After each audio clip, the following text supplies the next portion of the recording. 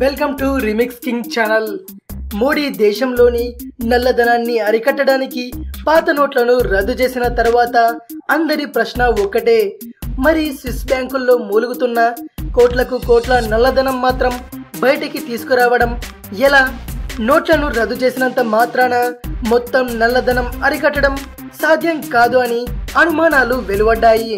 అయితే స్విస్ బ్యాంకుల్లో ఉన్న నల్లధనంపై కేంద్ర ప్రభుత్వం పోరాటంలో మరో పెద్ద ముందడుగు పడింది.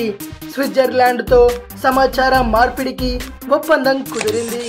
స్విస్ బ్యాంకుల్లో అకౌంట్లు ఉన్న భారతీయులకు సంబంధించిన ఆర్థిక సమాచారం ఆటోమేటిక్గా 2019 సెప్టెంబర్ నుంచి భారత ప్రభుత్వానికి అందుతుంది. విదేశాల్లో పోగుబడుతున్న నల్లధనం పిశాచితో పోరాడటానికి ఈ ఒప్పందం దోహదపడుతుంది. ఇరు దేశాల మధ్య ఆటోమేటిక్ సమాచార మార్పిడి అమలు కోసం ఉద్దేశించిన ఉమ్మడి ప్రకటనపై సిబిటిడి చైర్మన్ సుశీల్ చంద్ర, భారతదేశంలో స్విస్ రాయబార కార్యాలయం డిప్యూటీ చీఫ్ గిల్లిస్ రోడ్యూట్ మంగళవారం సంతకాలు చేశారు. కేంద్ర ఆర్థిక మంత్రిత్వ శాఖ ఓ ప్రకటనలో ఈ వివరాలు వెల్లడించింది.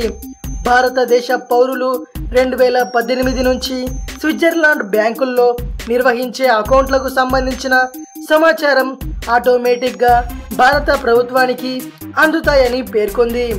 ఆఫ్ షోర్ అకౌంట్లలో పోగుబడిన నల్లధనంతో పోరాడటానికి ప్రస్తుత ప్రభుత్వం ప్రాధాన్యం ఇస్తోందని తెలుస్తోంది.